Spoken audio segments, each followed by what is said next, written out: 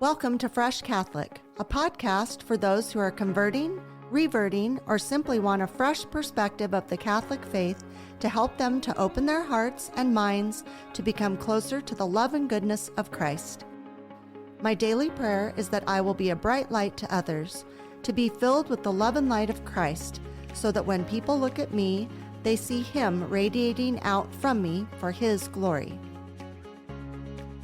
Hello and welcome. I'm Lori Balderas, and I'm so happy you're here.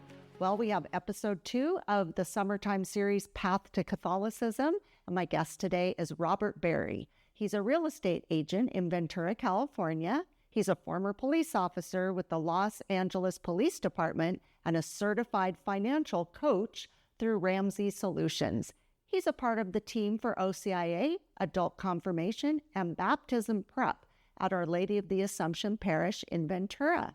He's also a member of the Knights of Columbus. What a busy guy. You can always find him out exploring nature with his 2 dogs, Blue and Nash.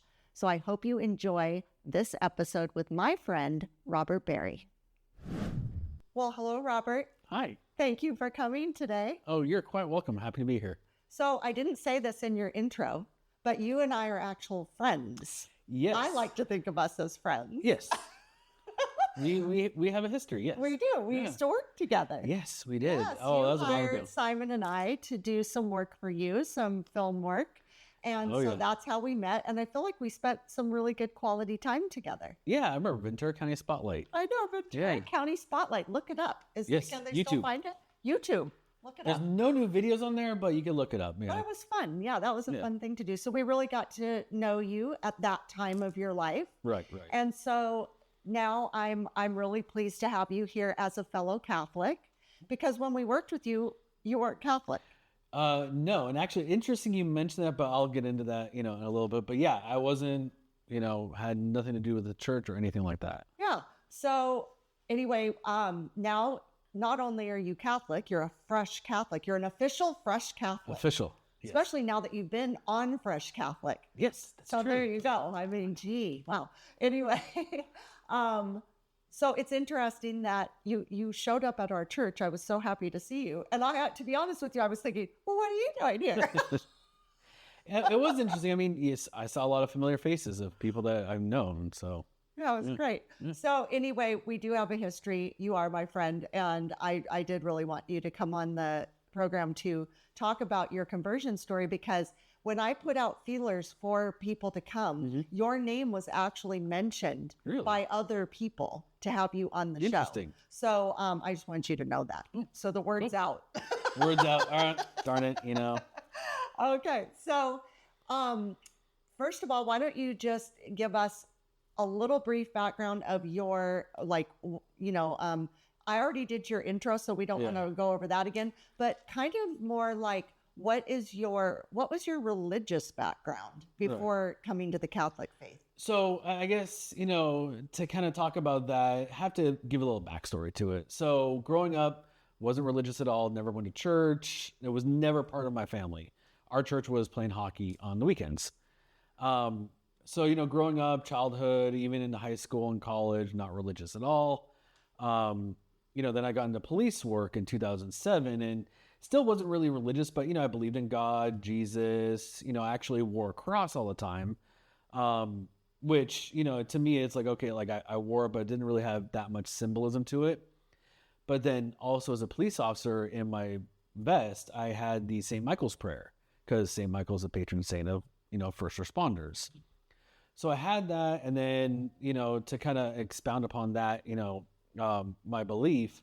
So still hadn't gone to church. I kind of went to a couple different churches with some friends, the ones that play like, the rock music and stuff like that, which I was not a fan of. So then my dad passed away in 2015. And this is where things started to change for me a little bit, because after he passed away, I was helping my mom move, and their entire place was empty. And I remember seeing a white feather just like kind of floating in front of me. And I'm like, that's really odd, because like there's no pillows, there's nothing there. And I'm like, all right, that's a sign for me. Still didn't do anything. And then, moved up here to Ventura, and my ex at the time she went to Our Lady of the Assumption. And so she had been bugging me to, go try it out. And I'm like, all right, fine. Eventually I went. And I very vividly remember I went, I was like, all right, this is kind of cool. It's nice. But then went up for first communion, or I didn't get first communion because I wasn't, hadn't been baptized or anything like that. Or so I thought. I remember getting blessed by Monsignor John. And I remember just overwhelmed with emotion. And like, I literally was about to start crying back at the pew.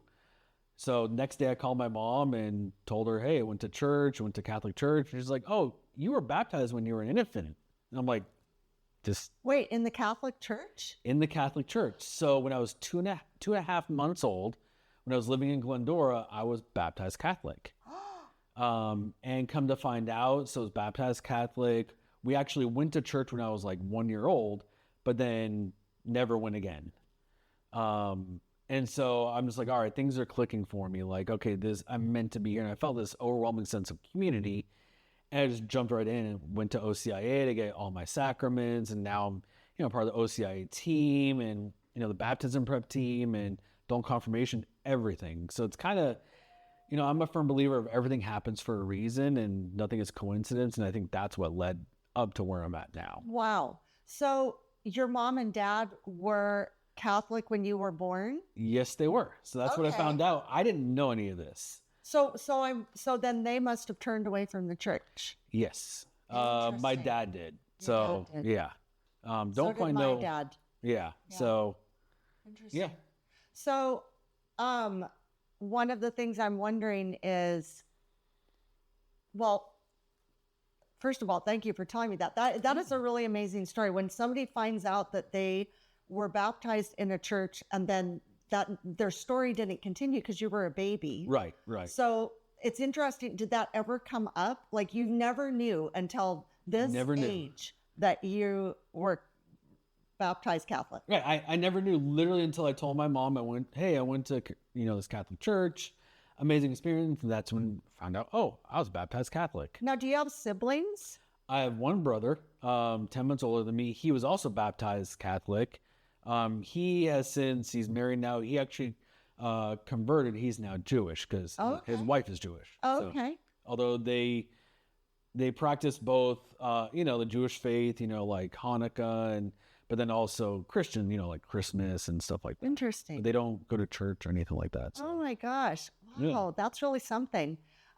Well, I think what we're going to do is we're going to go to a quick break. Okay. And when we come back, I'm assuming there's more to your conversion story. Or is that your conversion story? I mean, it's not complicated. That's kind of about it. I mean, it's just everything kind of clicked for me. That's great. And and okay, I'm going to put a pin in the commercial for 1 second. It's interesting because your story is so similar to my story. Oh, yeah, it's really similar to my conversion story. And I can see a lot of parallels in the fact that I wasn't raised in any religion. I literally went into the church just because I got this feeling when I was in Canada one time, walked into a Catholic church, loved the feeling there, said to Simon, I love this church. He said, let's go to the church. Walked into Our Lady of the Assumption Church, had the same thing, just instantly drawn to. Just felt like I'm supposed to be here. Supposed to be here.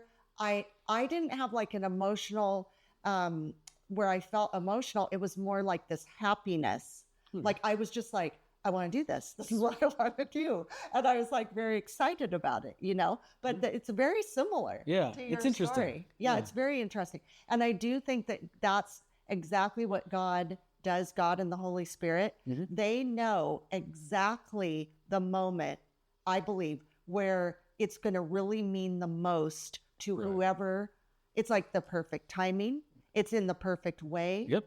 And it's like where you're receptive to it instead of like, before where maybe years ago, somebody would have said something to you and you would have said, no, I don't want to do that. Yep. So I would have done the same thing. I would have said, no. Right. Like if somebody's trying to force me to do it, it's like, no, I'm not going to do it. Right. You have to go on my own time. Right. Yeah. Your own time, but it's like what you're. It's not really your own time. Yeah, but I love that. That's amazing. Well, then when we come back, then I want to dive deeper into, what happened after that. That's what I want to there's a lot more to it. So. Okay, good. Okay. So we'll be right back. If you ever wanted to pray the rosary more often, but struggled to stay focused like me, Rosary Daily was made for you. It's a beautifully designed iOS app featuring sacred art, which I love, full scripture texts, which is very important, multiple methods and translations, which is very valuable, and a real-time globe showing where others are praying, which, let's be honest, that's super cool. The app is free to use, and for Fresh Catholic listeners, a full year subscription, which unlocks all of the features, is just $15, 50% off. $15 for the whole year? Is there any better deal anywhere for that? Visit rosarydaily.org/fresh to download it from the App Store and make the rosary an important part of your day. Bye. And we're back. All right, so I love that story. It just straight to the point. Yep. I love it. But I'm wondering, once you had that initial feeling, okay, right, and like you had this emotional experience, you wanted to pursue it more. Did you kind of go in all in, or did you have some like hesitations, reservations?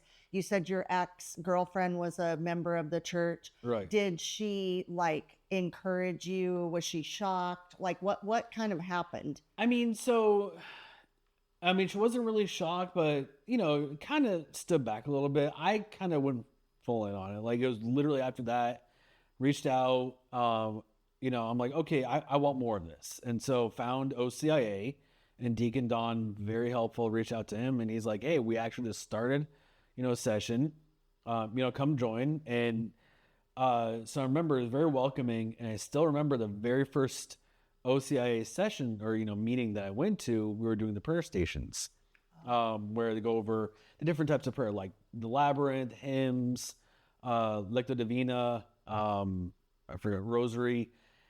But the two that really stood out for me was labyrinth and the rosary, which I wear rosary pretty much everywhere. I have a million of them now, as good Catholic does. But also the labyrinth too is kind of like stuck out to me. And, from there, I kind of went all in on it.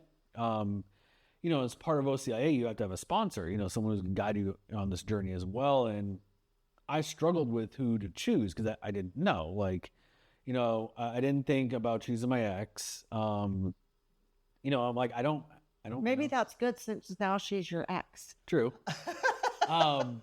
But so I didn't really know. So I'm just like, all right, I'm just going to let God decide, because I'm like, I don't know anybody. I didn't know anybody who was Catholic. So I got paired with one of the other OCA team members, Kim. And funny thing is, I feel like God chose her for a reason, because she very similar to my mom. The crazy hair. Yeah. Kim, if you're watching this, I apologize, but your hair is crazy. Kim knows she has crazy. Yes. Kim, we love you. But yeah, she's very similar to my mom and stuff like that. And I'm like, all right, God chose her for a reason. Like, that 100%. We become really good friends. Like, we talk all the time and, help each other out. Like, she comes and looks after my dog sometimes and stuff like that. So, but I went full in on it from pretty much day one. Just because I felt like this is where I'm supposed to be. Amazing. Yeah, and then, I obviously went through Easter Vigil, which I've never been to Easter Vigil before, so it was an experience in and of itself. It's a very long experience, but very worth it. You know what? It seems long when you look at it from the outside, but I mean, it goes by super quick. So, right. We'll be right back. What does it mean to live a life of faith? What does it mean to live as a Catholic Christian?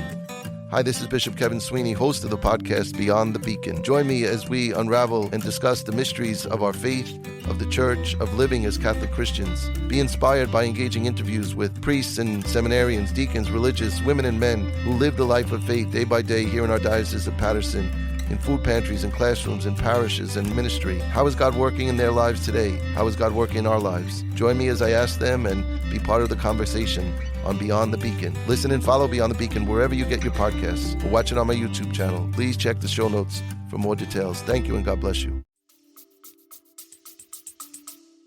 Well, it's kind of like a wedding.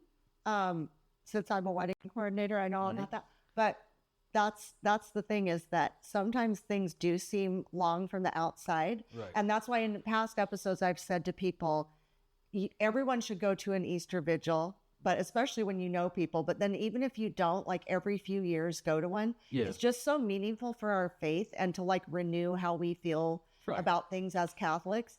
But I do think it's like a beautifully overwhelming in the best way experience. Oh, yes. But I want to back up just a little bit. So when you were doing OCIA and like you're discerning, because everybody, you know, correct me if I'm wrong, tell me if you have the same feeling I do. When you decide to join the OCIA and you're going to make this commitment, there's no pressure, in my opinion, from everybody on the team. They're there to support, they're there to encourage. Right. But if people aren't feeling like they need or want to do this at this time or at all, there's Right. no pressure. Right. I mean, there's no pressure at all, just because everyone's on their own journey. This is something that I've learned, you know, throughout my, you know, it's only been 2 years since I've been, you know, fully fledged fresh Catholic. Yeah. You know, everyone's on their own journey. So whether this is the time for them or not, it's up to them. It's their journey. You know, we're not there to force anybody. We're not there to tell them, hey, you have to do this or that. It's whatever you guys want, you know? Right. And also for people that don't know, like Robert said, when you join OCIA, you have a sponsor, you Right. get a sponsor. Sometimes it's very apparent. It's like Simon was my sponsor. But like Robert's saying, if you don't have somebody that can be your sponsor, in other words, somebody who's going to support you through that journey, the team will find you someone. Right. Oh, yeah. Or God will find you someone. God. I say it's God. It's not the team, Yeah, it's God. but I mean, the team will help. Yeah. Like you're not going to be alone in it. You're not going to be left to your own devices. It's everybody's very supportive Right. on it as a part of the OCIA experience. Right. Because I mean, you know, we're there to help people. And like I said, it's their journey. You know, we're there to just help facilitate and help guide them on it, you know, wherever it takes them. Right. So I was at your, when you became Catholic, because my friend Sabrina McManigal was I know Sabrina, in your Yep. group. And also I want to make reference to a couple things before we go too much farther. So Robert referenced Deacon Don Huntley. He was my RCIA teacher. He's the head of that program Right. at our church. And if you missed the episode 2 weeks ago, Deacon Don was here to launch this summertime series. So go back and listen if you haven't had a chance. And then you said you pray the rosary a lot. Oh, we yes. have last week's guest created a rosary app. And so Really? go back and listen to that episode. So that's pretty exciting. I'm going to listen to that. Yeah, you'll have to listen Rosary to it. And then make sure that you subscribe to his app, which is the Rosary Daily, I believe it's called. I'm going to have to subscribe to My it. producer. What's that? I'm going to have to subscribe to that. You 'Cause, yeah, should. I mean, I do it fairly frequently. You know, talking about going, you know, kind of backtracking a little bit, you know, how I've gone kind of all in, you know, pray the rosary. I go to adoration at least a couple times a week now, which if anybody hasn't done adoration, it's an interesting experience, just because you're kind of like, what do I do? But it's really just a sit in silence. You know, like I read the Bible when I'm there. I do Bible in a year. I'm religious about that of doing it every single day, but it's a good experience. Yeah. Well, I always promote adoration because it's one of my favorite things. Oh, yeah. And do you go to the chapel? Yes. I just love it. So Robert's right. If you're not, going to adoration, make sure you do it. And the beauty of adoration is when you're in adoration, there's no right or wrong. Mm-hmm. Sometimes you go in and you're really begging the Lord for something, or you're praying, or you're, like you say, reading the Bible. And sometimes you are just sitting in silence and letting him come to you. So that's a really good. So you're doing all the wonderful things. And it's interesting talking about adoration. So, I reached out to the coordinator for it initially because, good friend Michael, he recommended I do it, or because I'm also an adorer, however you say that. I don't know. Adorer. Yeah. You go. So he recommended I do it because he's like, hey, he does it at 3 a.m. on Sundays, which he's That's dedication. Yeah, a little bit, yeah. Or just doesn't sleep. I don't know. So I reached out to the coordinator for it, and, if none of you know how it works, basically you have to get a specific code for the door to let you into the chapel, because they don't want just anybody walking in there. Right. So I remember I just showed up one day, like not knowing that like I need a door code or anything like that. And I remember go up there, I'm like, oh, there's a door code. Like I don't have one. And so I don't remember their names. Sweet old couple showed up and asked, hey, like, you know, are you okay? And I'm like, yeah. I'm like, oh, I'm just trying to go to adoration. She's like, oh, here, let me let you in and everything like that. I mean, let me in, and it was awesome. Like, I mean, that was super helpful. Like, you know, they didn't have to do. They could be like, hey, reach out to the coordinator, but super welcoming and happy. That was a good experience. Good. So when you jumped in and you went through OCIA, was there any time where you were thinking, I don't know if I really want to do this, or any hesitation, or any like maybe a panic moment or anything like that? You know, like sometimes people, like before I even jumped in, I just made sure I could follow all the criteria. Right. Did you have any moment like that? You know, I didn't. I found it very calming and peaceful to be part of, you know, the whole OCIA, you know, process, if you want to call it that, just because, you know, it for me, it was just very like, it felt right. You know, I didn't have any hesitation like that. I mean, the only hesitation I had was, who do I pick as my sponsor? But then I let God decide. So, and that's kind of shaped how, you know, I am now, and just my, you know, I'm still on this journey. You know, it's never ending journey. Right. Just letting God take the wheel. Trusting in God, and you know, my key word throughout all of OCIA and still to this day is surrender. You know, we as humans and people want to control everything. You know, that's just human nature. And actually, so there's a summer series for OCIA called Faith in Film. 2 weeks ago, we saw the movie Breakthrough. And if you haven't seen it, recommend it. It's an interesting movie. I won't give any spoilers, so don't worry. But, you know, that was her thing, the main character, about surrender and just surrendering to God, and hey, whatever happens, happens. And that's kind of shaped how I live my life right now. It's like, hey, you know, God opens doors for me. I don't know if I need to walk through or not, but I'm going to, hey, you know, whatever door I'm supposed to go through, God's going to lead me the way. Right.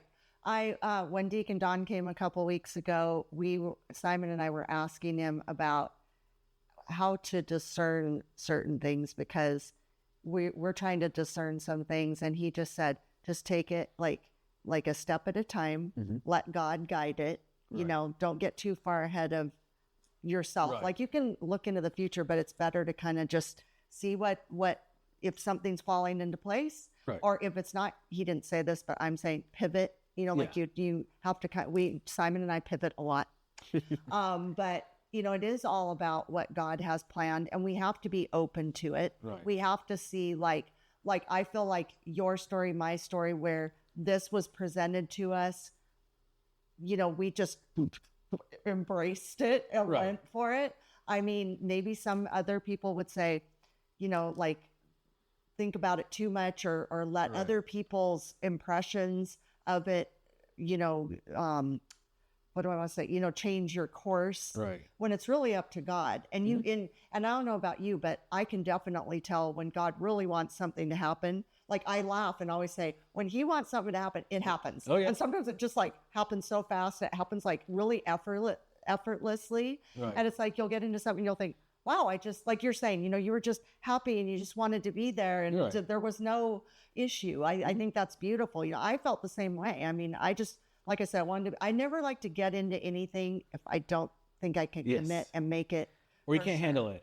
Yeah. Yes. And you know, what I've learned is God only gives you, God knows what you can handle. Right. You know, we don't have the awareness, the belief that we can handle it, but God knows we can. So whatever is put in your life, trust that God knows you can handle it. Like, he's putting it there for a reason. If you, like, it's not like, can I handle it or can I not? It's like, hey, again, trust in God. Like, God's going to put you in whatever it is you can handle.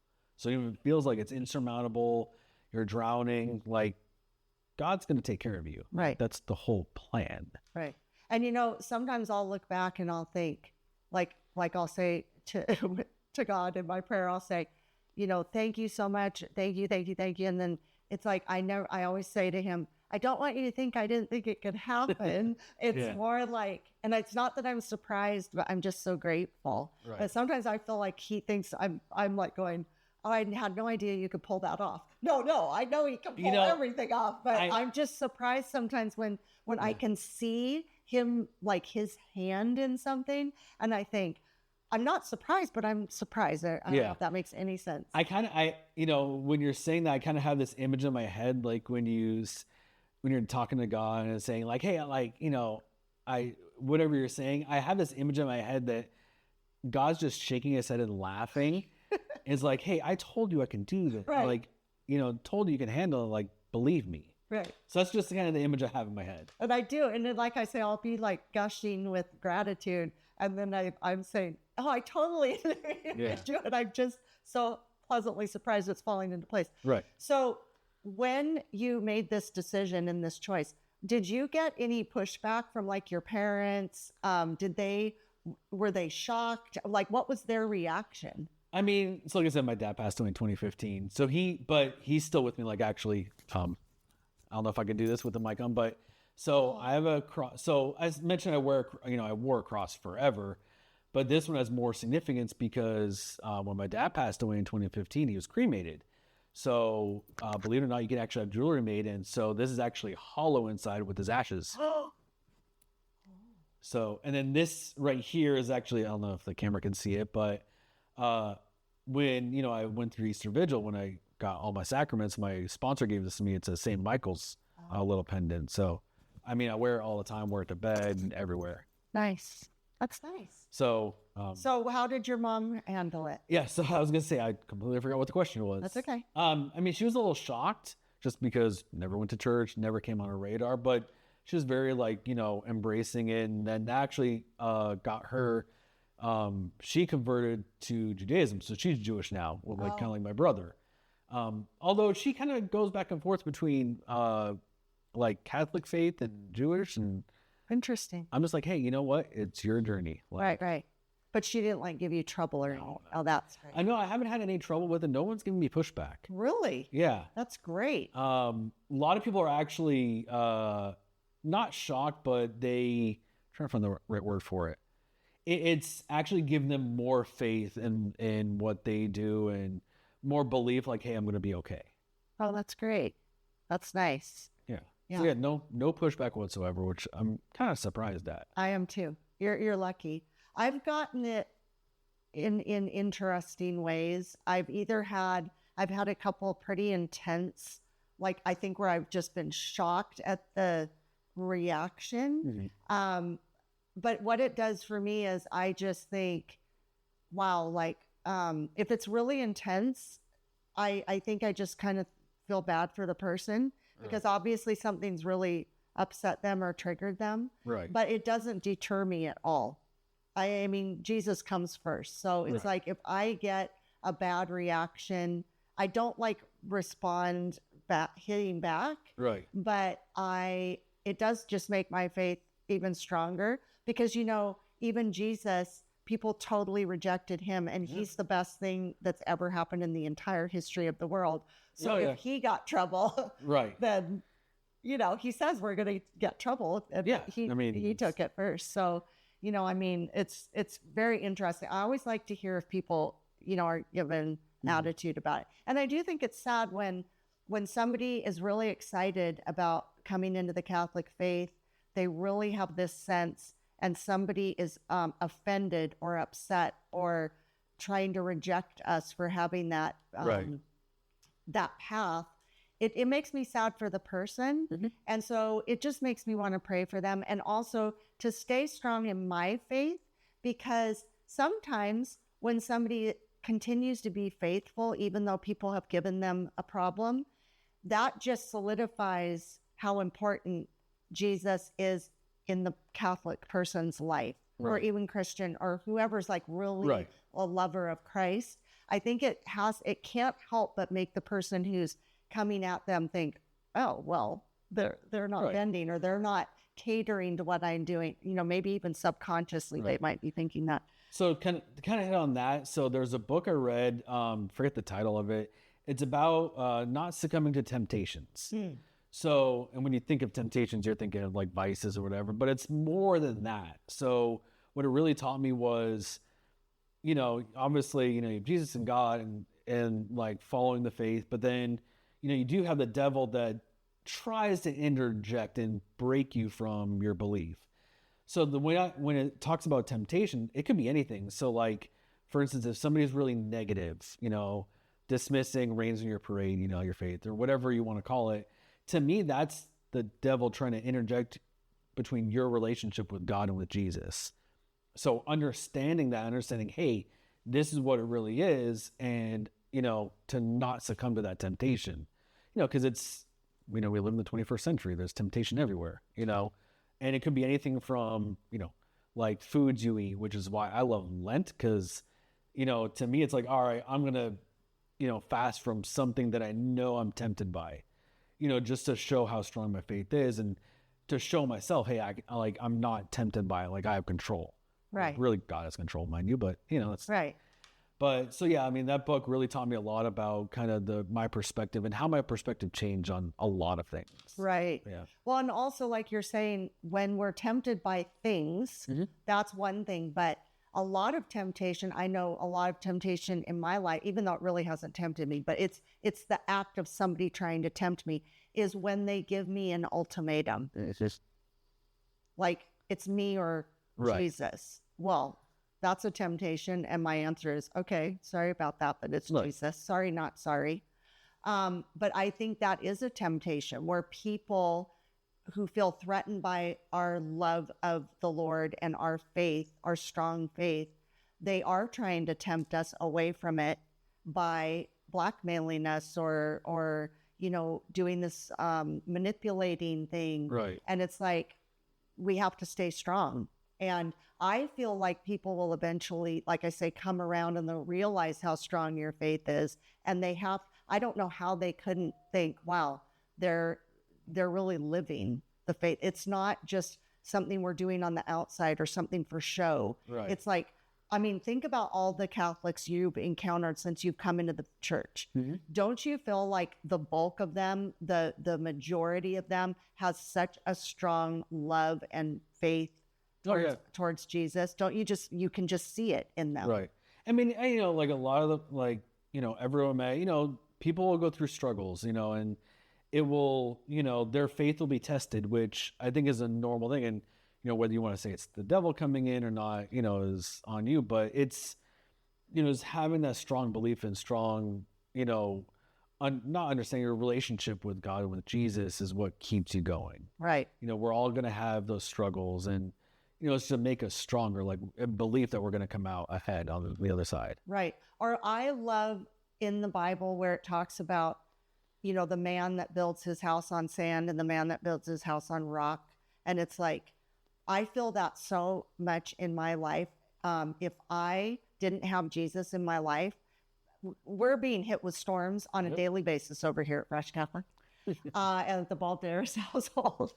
And I think about that probably every day, is that I have that just foundation of Christ. And we would have been washed away into the ocean years ago if we didn't have him. And I'm so grateful, because much of my life prior to becoming Catholic, I was a strong person, but I was easily swayed and rocked and rolled. And so that's something that I think is really valuable about having that strong faith, is to know that he is our foundation, and that no matter what comes, I don't know about you, but when something bad comes my way, I just imagine I'm just hanging on to him. He's got me. I'm good. I don't know what's going to happen, but I know I'm going to be okay. It's interesting you mention that, because for anybody who's seen The Chosen, it's love it. Like, I saw it in theater, season 5 in theaters. Amazing. Go watch it. But I've seen YouTube clips and stuff like that so the scene when Jesus is walking on water and Simon Peter joins him, there's a behind the scenes clip where it shows like how they actually did that. And Jesus, he's on like a floating pad, and obviously the ocean's rocking back, or whatever they used for the ocean is rocking back and forth, and he's stable. Like, he's moving with the ocean, and you see Simon Peter get off the boat, and he's all over the place. But what does he do? He grabs onto Jesus and he holds on, and that's his foundation. And from then he's safe. And so it resonates a lot. Like that's exactly what you're talking about. Right. Exactly. Yeah. Well, we're going to take another break. Okay. And when we come back, we're going to talk more about this. Sounds I'm good. enjoying this immensely. Yeah. We'll be right back. What is happening at Fresh Catholic? Thanks for asking. Well, we have a weekly podcast with lots of topics and guests, and Fresh Catholic Daily, the daily Mass readings. Listen on all platforms and watch on YouTube. I also do short videos every day on Instagram and Facebook at Fresh Catholic. Like, share, subscribe, rate, and review. These are such simple ways to help us out. The other ways you can support our mission of drawing people to the faith or back to the faith are by becoming a Patreon or sponsor. Also simple, but so needed. Our website, freshcatholic.com, has an online store with merchandise, a blog, comics, and Fresh Catholic courses with educator Charles Merritt, with the Hail Mary, the Our Father, the Virtues, the Ascension, the Magi, the Visitation, the Ten Commandments, Sacraments and Grace, Sin, Advent, Angels, Lent, Typology, and even some Bible study courses. Wow, that's a lot. Please share all of this with everyone you know and join the Fresh Catholic family. And remember, be focused, be faithful, and be fresh. And we're back. Okay, so since becoming Catholic, what has changed in your life? Like you made a complete change, I would think. So it's like, what are some of the things that have changed in your life? I mean, so, there are obviously now I go to church every week or even sometimes a couple times a week, go to confession, things that you would think of, as far as if you're Catholic. But then there's been more change than that. Like I'm a very, so I look at it like, I use this analogy, the world is a boiling pot of water. And, if you put a potato in there, it softens a potato. But you put an egg in there, it hardens it. So to kind of what I'm getting at, because it's a weird analogy, we have all this outside influence on our world, whether it's positive or negative. Most of it's negative nowadays, which it boggles my mind, but that's just the world we live in. I can choose how I respond to it or what it does to me. And so I've used that, when it comes like Jesus and how he treated everybody with kindness. Didn't matter what that person did to you, did to him, he still showed them love and compassion. So I've used that in my life.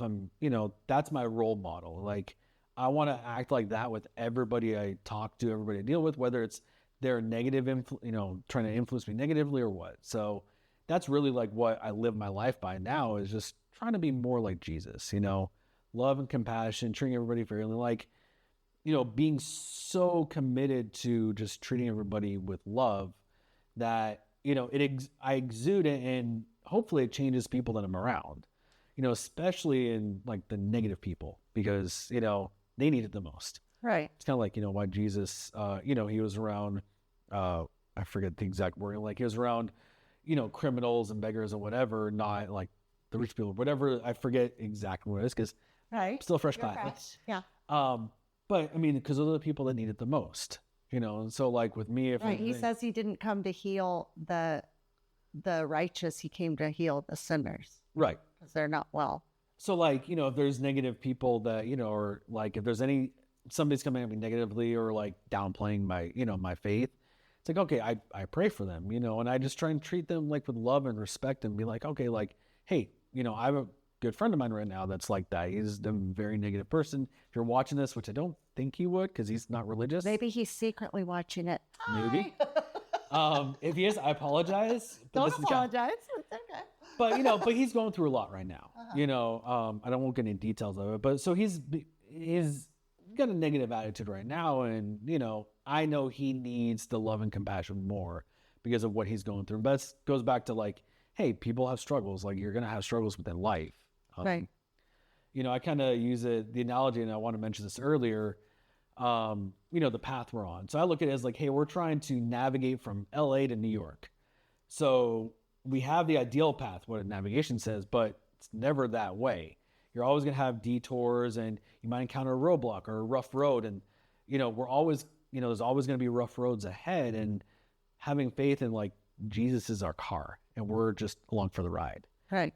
He's our car and our destination. Yes. Yeah. You can think it's like a Tesla, Tesla on autopilot. Yeah.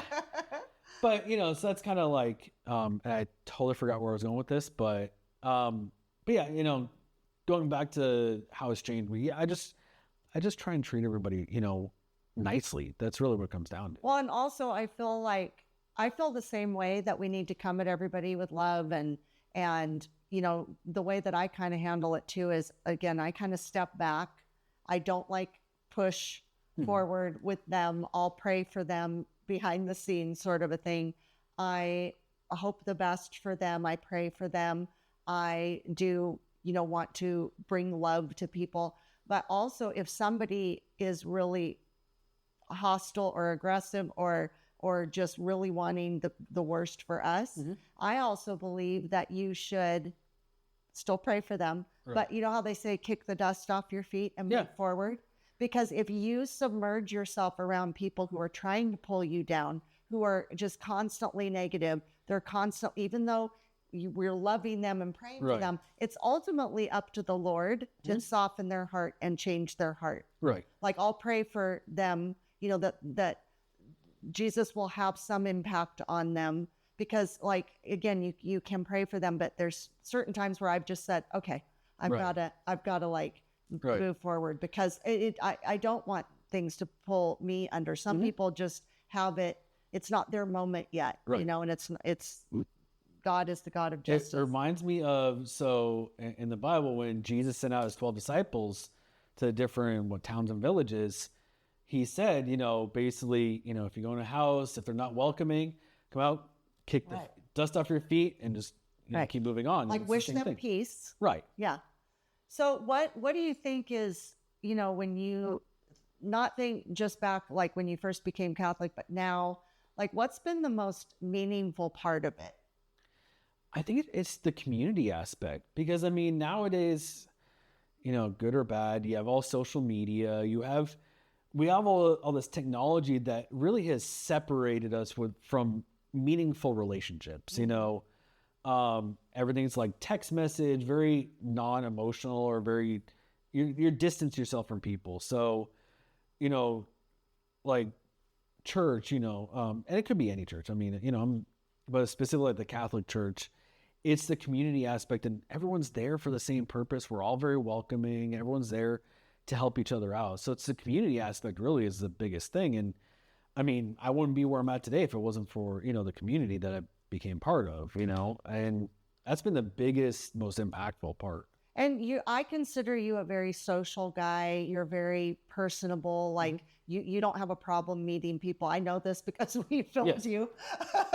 Oh yeah. But do you now see? I lost my train of thought as I was thinking. Oh, Robert, But do you think that? No, for heaven's sakes. Talking about community. Talking about sociable. Yeah. I'm wondering if you feel like other people noticed a change in you? Has there been a change? Because I still think you're very personable and all these things, but it's just, instead of being social out in the world, do you find it different, a different type of social? I don't know if that makes sense. It makes sense. Yeah, obviously I'm a very social person, which, believe it or not, and a lot of people probably resonate with this, even I'm very sociable, but at the same time, getting in front, talking in front of people, did worst thing. I dread that. Don't ever get me in front of a crowd. I'll start sweating, but it's, so I guess kind of going back, and we keep, it's okay. Is there a difference between where I was before, on my journey into the Catholic faith, or now? I'm sure I've changed a bit, but, because most of the people that, I knew obviously before, I've fully became a fresh Catholic, and to now, same set of people. But, there are friends of mine that, I've talked to recently that, one of my friends is getting married in October. I haven't seen him in years. When I lived down in Torrance, we were best buds. I'm sure he's probably seen a change once I go, visit him and stuff like that. But, as far as like, I'm still the same sociable person, but I think maybe it's my attitude that's changed about everything. Because, it's understanding, there's always going to be negative things in society and things that are going to be impacting you, but you really choose how you react to it. Well, and don't you think you look at things with a whole different lens now? I do. And part of it, is obviously just the Catholic faith in and of itself. Going back to the book about temptations, it's like that totally changed my outlook on everything. Just understanding like, hey, there's temptations everywhere, understanding it's a temptation, understanding what's really going on, it changed my outlook, but it's also changed how I behave. Yeah, that's how I feel too.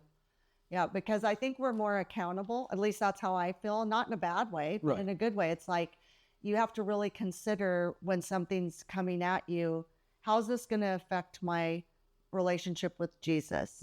Is this going to hurt which is what sin is. It's a separation from Jesus. So is this thing that I'm going to do, is it going to cause a problem with my relationship with Jesus? I need to rethink it, because not only do I not want to hurt other people, but I need to really be mindful, because he's so present, what would you say to someone who is considering coming into the Catholic faith? I mean, if anybody, you're in the OCIA, you're one on the team member now of the OCIA, but I mean, just like if somebody, like, what would be your thing to say? Like what, I mean, it's come with an open mind and understanding. And also too, like if anybody's considering it, like understand, and this is, my personal belief, and this is how I feel God talks to me. Doesn't ever just talk to me directly. Like, that'd be too easy, it's signs and symbols, for at least for me. Other people, if anybody's listening, I'm sure it's different. Like some people, like God talks to them or they see visions or whatever. For me, it's all about signs and symbols. So if anybody's considering it, just understand that like, you're not going to get all the answers. That's not, again, it'd be too easy. Life ain't easy. But just having an open mind and understanding that like, hey, you're not going to get all the answers to it. You may feel like you're, even if you go through the OCIA process and get your sacraments, you still feel like, okay, it's not still fully explained, but that's part of the journey. We're lifelong learners of our faith, Yeah, we're never going to know it all. Right. We're just not. There's so much to learn. And that's what makes it beautiful also. It's not like, well, we've been doing this for 2 years and now we know it all. Right. We can just shut the book and you can be part, learning for 70 years and still not know everything, because that's the whole point. It's not there's no finish line to me is where I see it. There's no finish line to it. You're always going to be, you should always try to be improving and learning, whatever it is you're. Well, and I have found that as I go along, like, how you'll hear the same readings at Mass or something, but every year you're going to think about it or embrace it in a different way, because every year you're a different person. Every year you're getting closer and closer to Jesus. And every time you hear those readings, you're going to take them in a different way. Right. Or I always feel like there's things where I'll like we have Charles Merritt comes and does all these series for us. Right. And some of the things he'll say, I'm thinking, I didn't know that. Or, it's like there's always something where you go, oh, I've never heard that before. And also too, because like, I look at it this way, you could have read the same gospel every day or whatever, but because you're in a different part of your life, you could let's say tomorrow you go to church and you hear the gospel for this week, and then 3 years later you hear the same gospel. It's the same gospel. Right. The words haven't changed, but you're in a different place in your life. So how it impacts you now versus 3 years from now, totally different. Right. So you're always going to be learning something different just based upon where you're at in your life. Right. Yeah, that's very, very true. Let's see. What's been your favorite thing about becoming Catholic? Favorite thing? Like, what do you said you love community, but I'm thinking of like, what's your favorite part about it? Because you did say what your favorite thing was community. So like, what's your, like what is something that you say, only Catholics do this, and I really love this part of it? I mean, it's not, I guess it's, and I don't know if it's like this in any other faith, just because, hey, I'm a fresh Catholic. But it's the service part of it. And so when I say that, it's like, so I'm also a Eucharistic minister, extraordinary Eucharistic minister. So like, occasionally I try and do this as much as I can just because I know there's always a need for it. And usually there's people who can't make it on the weekend or whatever. But being able to, knowing that I'm part of someone's journey in their Catholic faith, whether it's, giving them the body of, Christ or the blood of Christ, whatever it is, knowing that I'm part of it and helping them on their journey and just being of service, that's why I've kind of fully embraced it. Why, an extraordinary Eucharistic minister or part of the OCIA team or, baptism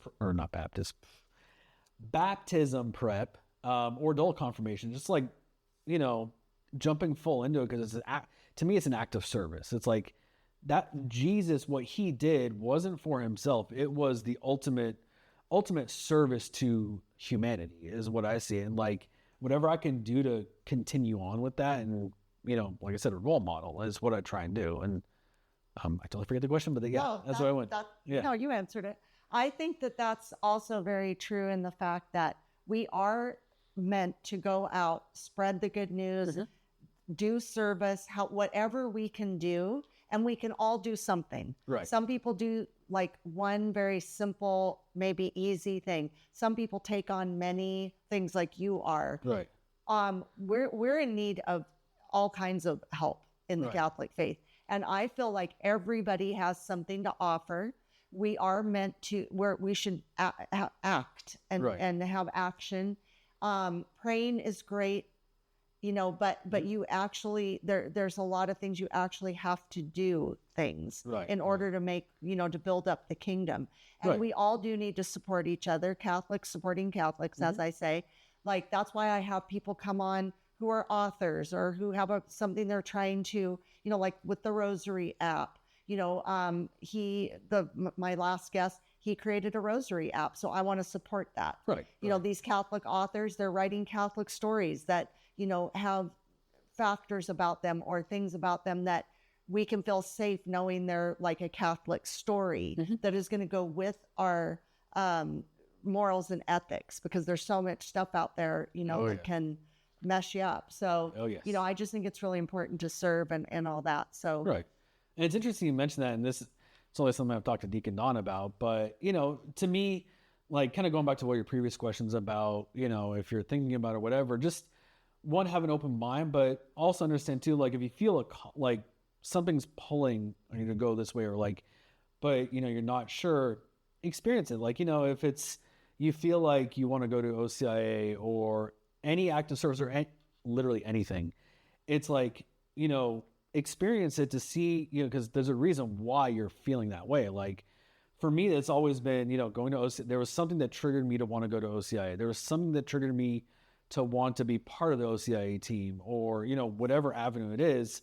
So there's always something that's kind of, it pushes me a little forward. That I think it's God just giving me a little bit of nudge, because, we're human. We're afraid to take the next step. We're afraid of the unknown. Right. So it's God kind of giving me, shoving them back, be like, hey, go do that. Right. So that's kind of been my approach to everything. And, mentioning, like, I've only talked to Deacon Don about it, but now I'm telling everybody, part of me has been thinking about becoming a deacon. Oh. There's a lot of things I got to sort out and talk to God about, but I mean, it's going back to the act of service, it's like, there's something that's pushing me towards that. I don't know what it is really, but hey, that would be very exciting. It would be interesting. I'll put it that way. Well, do you find that, like, I feel like because I'm a part of this Catholic Church, and when I say that, the Catholic Church is like, it's a whole thing. It's not just like our parish. When I say that, it's like the Catholic Church. Don't you feel like it gives you such security and like you feel like you're part of something? And because I feel like out in the world today, people have all these things they're trying. They don't know where to land. They don't know where to stick. They'll try different things and it's just, they're not feeling fulfilled and they're not feeling like it's the thing. Mm-hmm. And then when you come into the Catholic faith, you're like, oh, this is what it's like they say, we have this hole. Yeah. That's the Jesus. When you fill up that hole with Jesus, you feel better. Like I all of a sudden realized, oh, this is me. Right. And that's like, again, that was something that drew me to the Catholic faith, was that I had this sense of like something was missing. And I mean, that's literally like the whole reason why, when I went to, my first mass and, getting blessed by Monsignor John, like immediately I felt, I'm like, this is what was missing. Right. Yeah, I still. That's how I felt. Yeah. I mean, I still, again, vividly remember everything about it. Like, it was crazy, but. And don't you think it's like, that's why I pray for so many people. I have a certain prayer I do every day for kind of the world at large. And I just know we have so many people who are lost and lonely and just flailing about.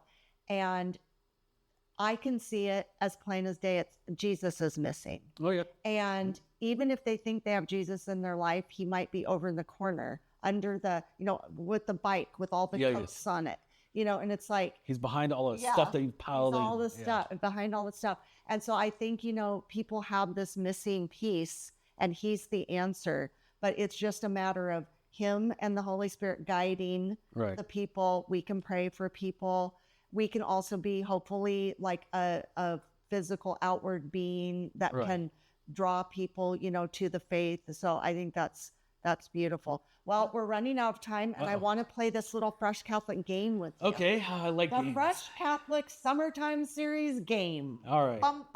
Never been good at games, so this is going to be interesting. All right. So we're doing this in every episode of this Summertime Series. Okay. I'm giving everybody the same words because I want to see, like, if any of them are common.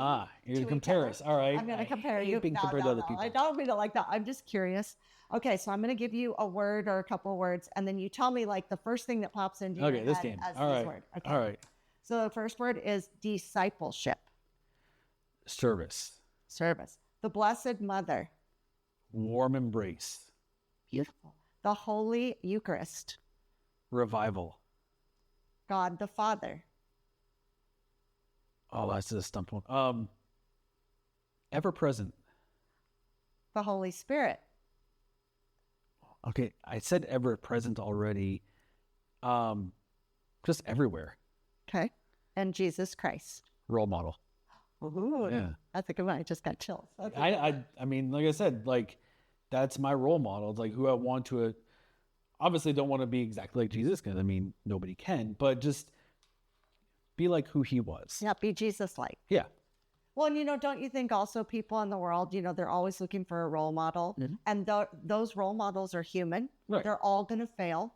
Think of all the people. I don't know about you, but I have a lot of role models where it's like, sadly they've been a disappointment because they're human. They're going to make mistakes. We put them up on a pedestal. Usually they don't deserve it, but he is the ultimate role model. I look at it like you mentioned something very specific, like you have a lot of role models, but they're human. So they're, we as humans are going to, we're going to fail, like, or, falter, however you want to put it, but I look at it like you can have multiple role models because there's a specific portion or part of them that is what you aspire to be. Like you don't want to aspire to be exactly like them or everything, just a certain portion. So like, but Jesus, he's the full package. He's the full package. There you go. All right. So my last question before I let you go is, if Jesus were to appear to you in the flesh right now, what would you say to him? It's interesting you ask this question, and I'm not going to answer it directly yet, but, we talk about that all the time in OCIA. Like, when we go to heaven, I forget who mentions this, but like, you'll see Jesus at the picnic bench and, just go up and sit and just talk to him. For me, it'd be thank you and just give him a hug. Oh, that's it. Give him a hug too. That's what I said. Yeah. I mean, because like what do you say to Jesus? My eyes out. Oh yeah, of course. But I mean, I don't even know what I would say to him other than just thank you and just be there with him. Yeah, that's good. Yeah, I mean, thank you's a good thing. Yeah.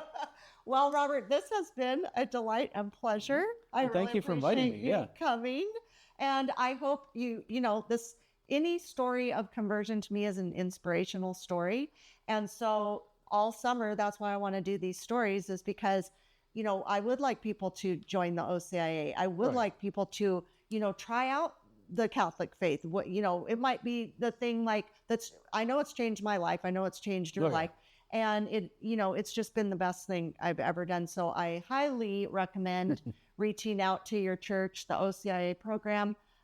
So thank you for coming today. You. And it's perfect you mentioned that, and it's perfect timing because next month, towards the end of next month, is when OCA starts back up again. So we're actually going to have a team meeting sometime at the end of the month, at the beginning of the month, beginning of August. But yeah, OCA starts in August, and that's when everything's going to kick off. So maybe you all could promote Fresh Catholic Summertime Series, and they can go back and listen to these episodes because they're encouraging. Why not? Okay. Absolutely. Well, thanks for coming. Well, thank you.